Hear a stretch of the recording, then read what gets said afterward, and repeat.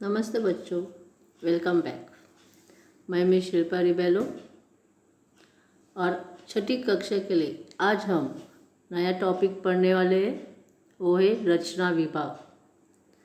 बच्चों ध्यान दे दो, आपको एक नया नोटबुक 100 पेजेस का लेना है और वो आपका हिंदी कॉम्पोजिशन बुक होगा। मुझे पता है लास्ट ईयर जब आपको स्कूल में से असाइनमेंट्स पेपर मिलते थे, शीट्स, लेकिन इस साल तो नहीं मिले होंगे, तो आपको एक नया 100 पेजेस का नोटबुक लेना है और आपको एक कॉम्पोजिशन उस बुक में लिखना है। कॉम्पोजिशन, कहानी, पत्र और कॉम्प्रिहेंशन पैसेज। तो आपके हिंदी विषय में 3 बुक्स हुए। वो है क्वेश्चन आंसर्स के लिए 200 पेजेस का नोटबुक, सेकेंड है हिंदी ग्रामर नोटबुक और थर्ड है Hindi composition notebook. I hope so you understood. या कम बैक। अब हम रचना विभाग देखेंगे या सीखेंगे। रचना विभाग यानी राइटिंग स्किल्स। अब रचना विभाग में 4 टॉपिक्स है। वो है निबंध लेखन, कहानी लेखन, पत्र लेखन और अपठित गद्यांश, दैट इज अपठित गद्य खंड, अनसीन पैसेज। निबंध लेखन ऐसे राइटिंग और कॉम्पोजिशन, कहानी लेखन स्टोरी राइटिंग, पत्र लेखन लेटर राइटिंग और अपठित गद्य खंड मतलब अनसीन पैसेज, जहाँ पैसेज देते हैं और कुछ क्वेश्चंस देते हैं और उस क्वेश्चन से पढ़कर आपको उस पैसेज में से आंसर्स ढूंढकर लिखना है। वो हम बाद में देखेंगे। आज का टॉपिक है निबंध लेखन। तो आज हम फर्स्ट टॉपिक पढ़ने वाले हैं निबंध लेखन, दैट इज एसे राइटिंग। निबंध। निबंध शब्द नि अधिक बंध, इन 2 शब्दों को मिलने से बना है निबंध शब्द। तो इसका अर्थ क्या होता है कि अच्छी तरह से बांधा हुआ, अर्थात किसी विषय पर अपने विचारों एवं अनुभवों का व्यवस्थित रूप में लिखा गया लेख। थिंकिंग। जब हम ऐसे लिखते हैं तब हम थिंक करते हैं, विचार करते हैं और बाद में अपने एक्सपीरियंस लिखते हैं। जो अनुभव होता है वो लिख देते हैं और अच्छी तरह से in neat and tidy handwriting में। तो वो है निबंध। मैं वापस कहती है कि निबंध शब्द नि अधिक बंध, इन 2 शब्दों के मिलने से बना है और इसका अर्थ क्या होता है कि अच्छी तरह से बंधा हुआ, या अर्थात किसी विषय पर अपने विचार, थिंकिंग एवं अनुभवों का व्यवस्थित, अनुभव मतलब एक्सपीरियंस का व्यवस्थित रूप में लिखा गया लेख, पैसेज।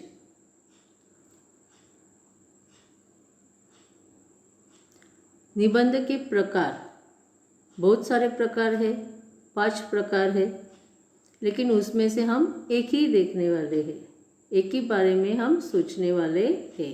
लेकिन फिर भी फर्स्ट आत्मकथात्मक, वैचारिक, वर्णनात्मक, चरित्रात्मक और कल्पनात्मक। अब आत्मकथा मतलब autobiography, might be of pen, of book, whatever, tree, so on. वैचारिक मतलब आइडियोलॉजिकल या कॉन्सेप्चुअल। वर्णनात्मक मतलब डिस्क्रिप्टिव, टू डिस्क्राइब। चरित्रात्मक मतलब नरेटिंग और कल्पनात्मक मतलब टू इमेजिनेशन। यदि मैं परी होती, अब परी है क्या नहीं, लेकिन हम इमेजिन करने से हम लिख सकते हैं। लेकिन इन पांचों में से हमें सिर्फ वर्णनात्मक निबंध वर्णनात्मक निबंध के बारे में पढ़ने वाले हैं और दूसरे 4 के बारे में हम बाद में देखेंगे। अभी हमें वर्णनात्मक निबंध पढ़ने वाले या सीखने वाले हैं। निबंध के अंग। अंग मतलब हाउ मेनी पैसेजेस, कैसे लिखना है, निबंध हमें कैसे लिखना है। तो फर्स्ट पैसेज रहेगा प्रस्तावना, दैट इज इंट्रोडक्शन। पहला पैसेज क्या होता है? इंट्रोडक्शन। सेकेंड, मध्य भाग या विषय विस्तार, what ever the passage is about, what ever the composition is about. और थर्ड है निष्कर्ष, उपसंहार, मतलब उसमें से हमें क्या निष्कर्ष मिलता है, क्या कंक्लूजन मिलता है, वो हमें लिखना है। तो शायद वो कॉम्पोजिशन में हमें 3 या 4 पैराग्राफ्स बनाना है।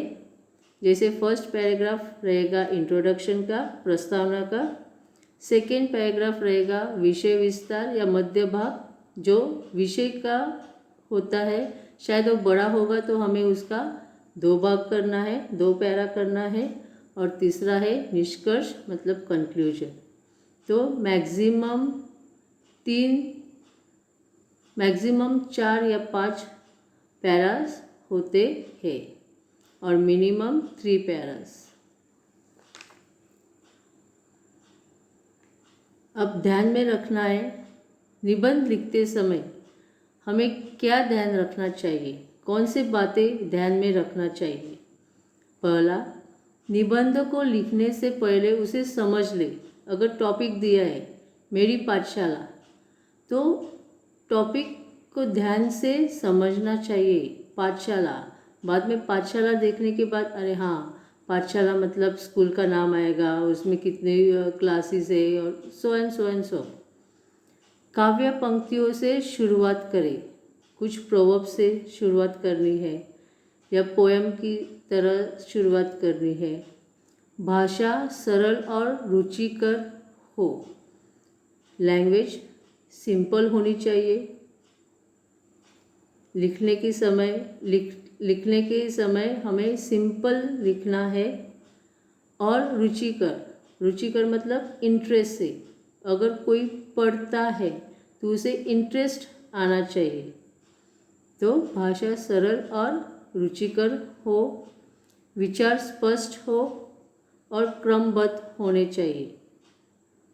विचार, thinking power should be good. और क्रम मतलब अंकों के अनुसार होना चाहिए, क्रम के अनुसार 1 2 3, ऊपर नीचे नहीं होना चाहिए। कम से कम 3 से 4 परिच्छेद लिखना है, कम से कम 3 तो होना ज़रूरी है। अगर मिडिल पैसेज बड़ा हो तो उसे 2 भाग में बांटना है, 2 सेकेंड और थर्ड पैरा में करना है। तो कम से कम 3-4 परिच्छेद होना चाहिए। अब आप 6 स्टैंडर्ड के हो तो नेचुरली 3 तो पैरा बनना ही चाहिए, लिखना ही चाहिए। और मेन पार्ट, विराम चिन्हों का उचित प्रयोग करो। विराम चिन्ह मतलब punctuation marks, full stop, comma, inverted commas and so many other punctuation marks. ये आपको पूरा उसमें ध्यानपूर्वक डालना है। जहाँ वर्ड सेंटेंस कंप्लीट होता है वहाँ पूर्ण विराम डालना है। जब एक दूसरे से बात करते हैं तब इन्वर्टेड कॉमास होना ज़रूरी है, कॉमा होना ज़रूरी है। तो ये बातें आपको निबंध लिखते समय ध्यान में रखना चाहिए। अब हम पहला निबंध देखेंगे। पहला टॉपिक मैंने लिया है मेरा प्रिय खेल। उसमें अगर आप देखेंगे तो पहला पैरा, दुनिया में तरह तरह के खेल खेले जाते हैं, उन सब में फुटबॉल मेरा प्रिय खेल है। तो पहला पैरा क्या दिया है, उन्होंने इंट्रोडक्शन दिया है, खेल के बारे में बताया गया है कि बहुत सारे खेल हैं स्वयं और उसमें से मुझे यही खेल पसंद है, फुटबॉल खेल पसंद है। क्योंकि टॉपिक क्या दिया है, मेरा प्रिय खेल। तो आपका कौन सा प्रिय खेल है वो आपको लिखना है। तो स्टार्टिंग या फर्स्ट पैरा है इंट्रोडक्शन का कि दुनिया में तरह तरह के खेल खेले जाते हैं, बहुत सारे खेल हैं और उनमें से सबसे प्रिय खेल है फुटबॉल। अभी दूसरे पैराग्राफ में फुटबॉल मैदानी खेलों का राजा है। क्रिकेट की तरह फुटबॉल भी विदेशी खेल है। इस खेल में 2 दल होते हैं। प्रत्येक दल में 11 खिलाड़ी होते हैं। प्रत्येक दल में एक एक गोलरक्षक होता है। फुटबॉल का खेल 90 मिनट में पूरा हो जाता है। अभी ये सेकेंड पैरा फुटबॉल के बारे में लिखा गया है कि वो मैदानी खेल है, वो विदेशी का खेल है और उसमें 2 ग्रुप्स रहते हैं, 2 दल मतलब 2 ग्रुप्स रहते हैं और हर ग्रुप में 11 खिलाड़ी होते हैं, प्लेयर्स होते हैं और हर ग्रुप में एक गोलरक्षक गोलकीपर रहता है और एक खेल 90 मिनट्स में पूरा खेला जाता है। तो ये हुआ फुटबॉल के बारे में जानकारी। तो ये हुई सेकेंड पैरा। अभी थर्ड पैरा, फुटबॉल खेलने से हमें तेज दौड़ने का अभ्यास होता है।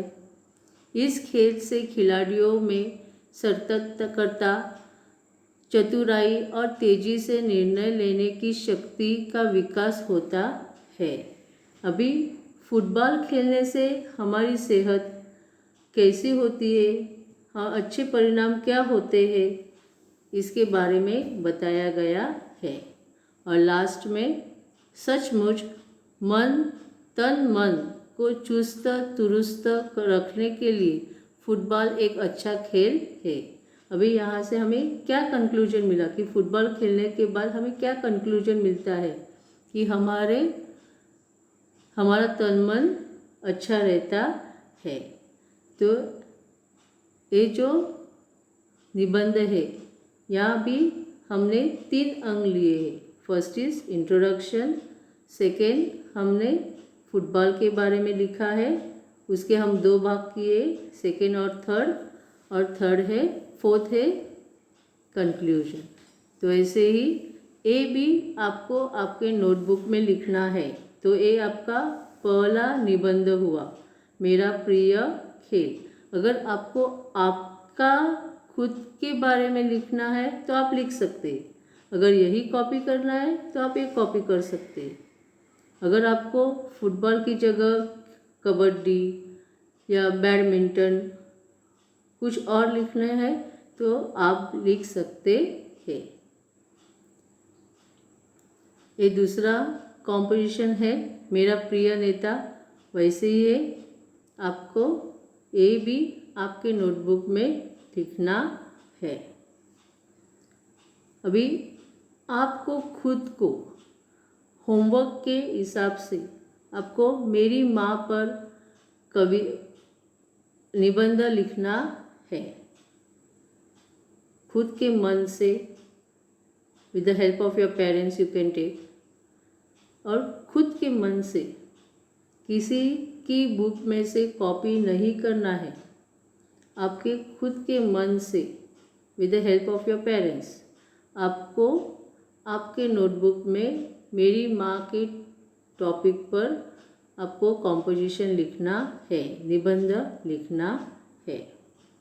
बच्चों, आशा करती हूँ कि आपको समझ में आया होगा निबंध कैसे लिखना है, क्या क्या बातें ध्यान रखना है, उसके बारे में आपको समझ में आया होगा। धन्यवाद। घर पर रहे, सुरक्षित रहे।